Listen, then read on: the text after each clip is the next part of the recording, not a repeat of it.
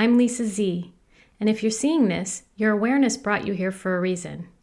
I'm sharing threads of energy from my intuitive readings, timeless messages meant to find you exactly when you need them. Even if it's just a single word, there's something here for you to receive. Let's see what the energy has for us today. What I've noticed in the past couple months, but coming to peak intensity right now, is the idea that you're seeing through. You're seeing through people, and it's making them uncomfortable.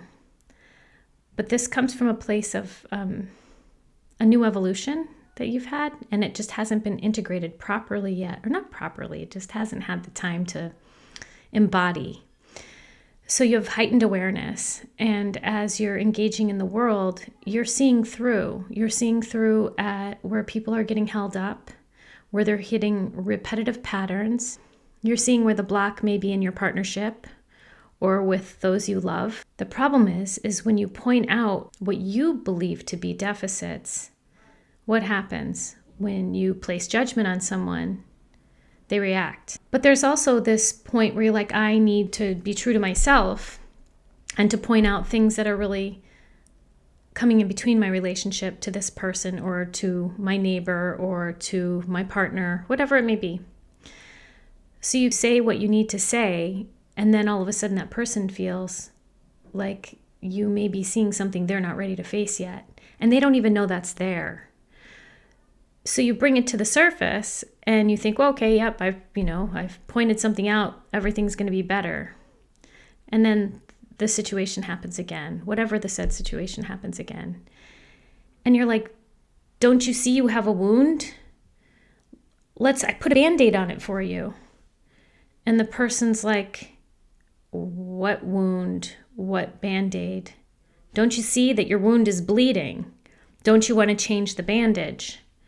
Well, why would someone change a bandage that they don't know that they have? This is what's going on right now. If you're feeling this, hear me out and listen to this with grounding. If you subscribe to the theory that this is all a theater and we're all playing a role for one another, then perhaps that person is playing a role for you to learn something about yourself. You might want to ask the question, why do I need this person to change? If you keep meeting up against that same resistance, that they don't see that something is wrong here, I have to change. How do I change? How does this work for me? Well, if that person's not willing to change, you have to find a way to make it okay with yourself without compromising your values. So what does that mean to you? Does that mean self-checking and saying, okay, this person doesn't belong in my life?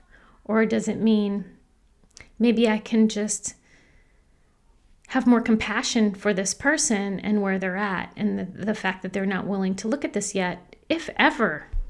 Just remember, if you subscribe to the theory that we're in a play and we all play a role for one another, maybe that same person has that same kind of role to play for someone else for their learning at various different degrees of levels in which are not your business.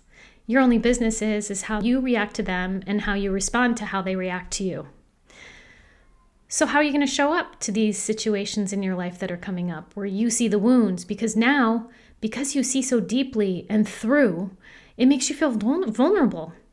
And this is what causes the idea of shuddering in and hiding and not wanting to engage or feeling misunderstood. No, you're not misunderstood. It's just you have to find a way for yourself to be out there in the world again and integrate. And integrate maybe from a place that you haven't found yet. And there's no judgment on that either. It's really your own process. If you want to get lit up and run away, then run away. If you want to confront something, then confront something. But no, if someone doesn't see their wound, it doesn't mean that it isn't there. It just means they're not ready to see it yet. And that's okay.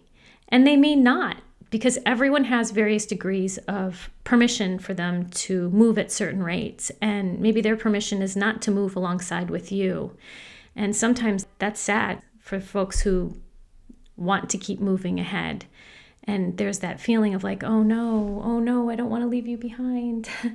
But is it really behind? That's the next question, because they may be playing a very pivotal role for someone else to evolve at a different rate. And maybe in their next iteration down the road, they'll speed up and they'll be leaving you behind. Who knows? So maybe check in with yourself and ask yourself why you insist on going into the wound. Why? If you stop and you look back at yourself, what does it do? It forces you to love yourself more, because you see a mirror like, I may have been expressing like that before, but I'm not anymore. And wow, look at where I am now. How can I hold space for this person who isn't there yet and just be okay with it? Or you have to decide if you're going to move on. But at any rate, it's okay that you're seeing through.